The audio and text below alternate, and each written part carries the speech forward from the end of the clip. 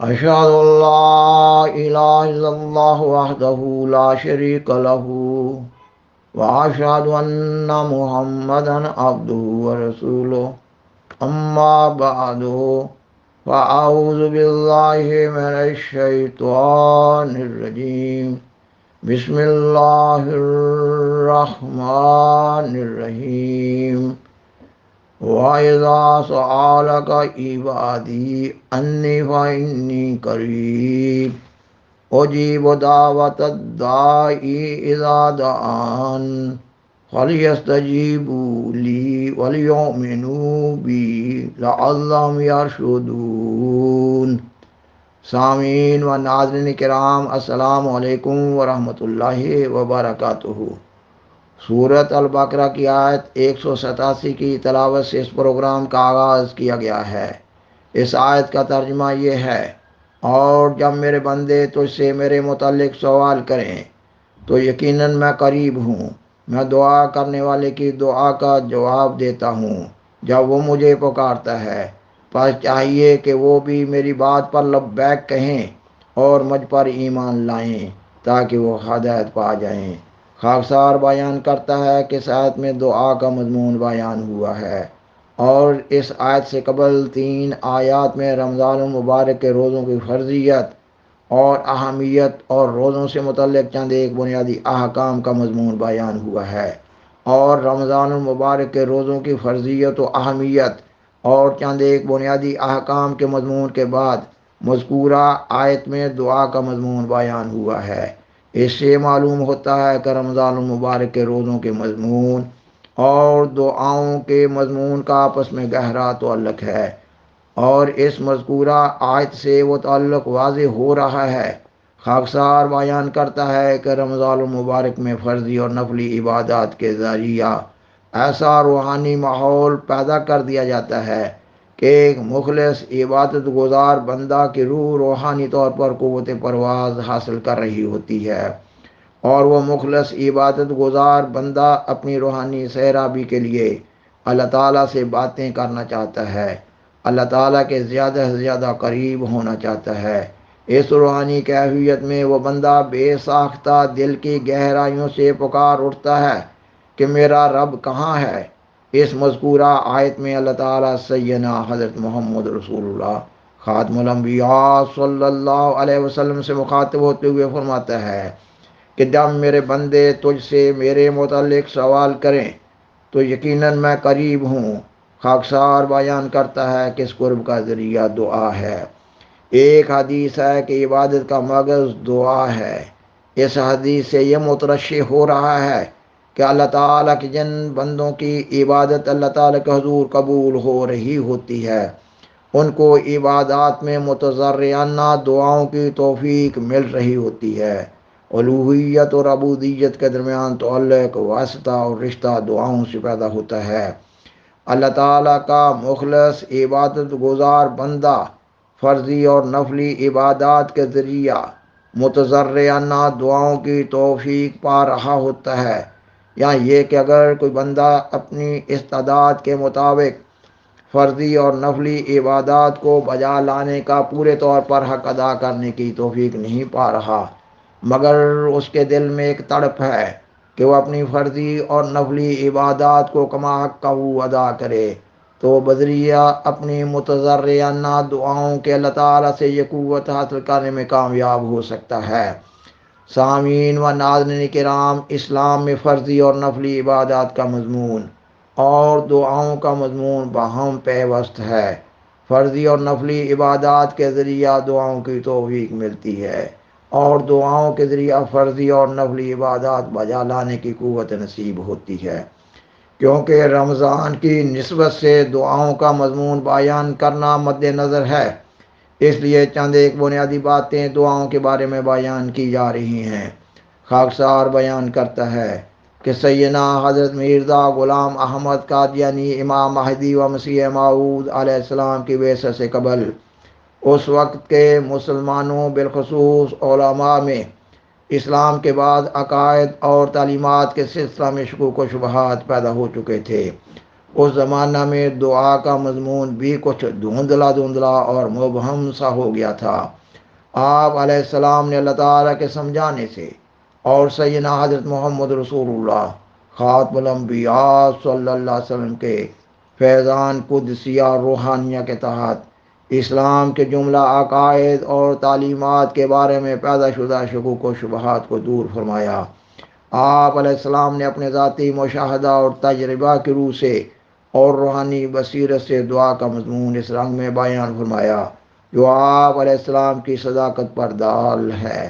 اس وقت دعا کے بارے میں آپ علیہ السلام کے فرمودات میں سے چند ایک نمونے پیش کیے جا رہے ہیں۔ اخبار الحکم مؤرخہ 31 اگست 1901 کے حوالہ سے بیان کیا جاتا ہے کہ سیدنا حضرت مسیح موعود علیہ السلام بیان فرماتے ہیں، دیکھو ایک بچہ جب بھوک سے بے تاب اور بے قرار ہو کر دودھ کے لیے چلاتا ہے اور چیختا ہے تو ماں کے پستان میں دودھ جوش مار کر آ جاتا ہے۔ حالانکہ بچہ تو دعا کا نام بھی نہیں جانتا، لیکن یہ کیا سبب ہے کہ اس کی چیخیں دودھ کو جذب کر لاتی ہیں؟ یہ ایک ایسا امر ہے کہ عموماً ہر ایک صاحب کو اس کا تجربہ ہے۔ بعض اوقات ایسا دیکھا گیا ہے کہ مائیں اپنی چھاتیوں میں دودھ کو محسوس بھی نہیں کرتی ہیں اور بسا اوقات ہوتا بھی نہیں، لیکن یوں ہی بچہ کی دردناک چیخ کان میں پہنچی فوراً دودھ اتر آیا، جیسے بچہ کی ان چیخوں کو دودھ کے جذب اور کشش کے ساتھ ایک علاقہ ہے۔ میں سچ کہتا ہوں کہ اگر اللہ تعالیٰ کے حضور ہماری چلاہٹ ایسی استعراری ہو تو اس کے فضل اور رحمت کو جوش دلاتی ہے اور اس کو کھینچ لاتی ہے۔ اور میں اپنے تجربہ کی بنا پر کہتا ہوں کہ خدا کے فضل اور رحمت کو جو قبولیت دعا کی صورت میں آتا ہے میں نے اپنی طرف کھینچتے ہوئے محسوس کیا ہے، بلکہ میں تو یہ کہوں گا کہ دیکھا ہے۔ ہاں، آج کل کے زمانہ کے تاریک دماغ فلاسفر اس کو محسوس نہ کر سکیں یا نہ دیکھ سکیں تو یہ صداقت دنیا سے اٹھ نہیں سکتی، اور خصوصاً ایسی حالت میں جب کہ میں قبولیت دعا کا نمونہ دکھانے کے لیے ہر وقت تیار ہوں۔ سامعین و ناظرین کرام، اخبار الحکم 17 دسمبر 1902 میں ہے۔ آپ علیہ السلام فرماتے ہیں، دعا ربوبیت اور عبودیت کا ایک کامل رشتہ ہے۔ اگر دعاؤں کا اثر نہ ہوتا تو پھر اس کا ہونا نہ ہونا برابر ہے۔ اور اخبار الحکم 28 فروری 1903 میں ہے۔ آپ علیہ السلام فرماتے ہیں، دعا ایسی چیز ہے کہ خشک لکڑی کو بھی سرسبز کر سکتی ہے اور مردہ کو زندہ کر سکتی ہے۔ اس میں بڑی تاثیریں ہیں۔ جہاں تک قضا و قدر کے سلسلہ کو اللہ تعالیٰ نے رکھا ہے، کوئی کیسا ہی معصیت میں غرق ہو دعا اس کو بچا لے گی۔ اللہ تعالیٰ اس کی دستگیری کرے گا اور وہ خود محسوس کر لے گا کہ میں اب اور ہوں۔ دیکھو جو شخص مسموم ہے کیا وہ اپنا علاج آپ کر سکتا ہے؟ اس کا علاج تو دوسرا ہی کرے گا۔ اس لیے اللہ تعالیٰ نے تطہیر کے لیے یہ سلسلہ قائم کیا ہے، اور معمور کی دعائیں تطہیر کا بہت بڑا ذریعہ ہوتی ہیں۔ دعا کرنا اور کرانا اللہ تعالیٰ کے اختیار میں ہے۔ دعا کے لیے جب درد سے دل بھر جاتا ہے اور سارے حجابوں کو توڑ دیتا ہے، اس وقت سمجھنا چاہیے کہ دعا قبول ہو گئی۔ یہ اس میں اعظم ہے، اس کے سامنے کوئی انہونی چیز نہیں۔ ایک خبیث کے لیے جب دعا کے ایسے اسباب میسر آ جائیں تو یقیناً وہ صالح ہو جاوے، اور بغیر دعا کے وہ اپنی توبہ پر بھی قائم نہیں رہ سکتا۔ بیمار اور محجوب اپنی دستگیری آپ نہیں کر سکتا۔ سنت اللہ کے موافق یہی ہوتا ہے کہ جب دعائیں انتہا تک پہنچتی ہیں تو ایک شعلہ نور کا اس کے دل پر گرتا ہے جو اس کی ساری خباثتوں کو جلا کر تاریکی دور کر دیتا اور اندر ایک روشنی پیدا کرتا ہے۔ خاکسار بیان کرتا ہے کہ سوال پیدا ہوتا ہے کہ سیدنا حضرت مسیح موعود علیہ السلام کے مذکورہ فرمودات کے مطابق دعاؤں میں مذکورہ کیفیت کس طرح پیدا کی جائے۔ آپ علیہ السلام کے مذکورہ فرمودات سے یہی معلوم ہو رہا ہے کہ دعاؤں میں یہ کیفیت محض اللہ تعالیٰ کے فضل سے پیدا ہوتی ہے، اور فرضی اور نفلی عبادات اللہ تعالیٰ کے فضل کو جذب کرنے کا ایک بڑا مؤثر ذریعہ ہے۔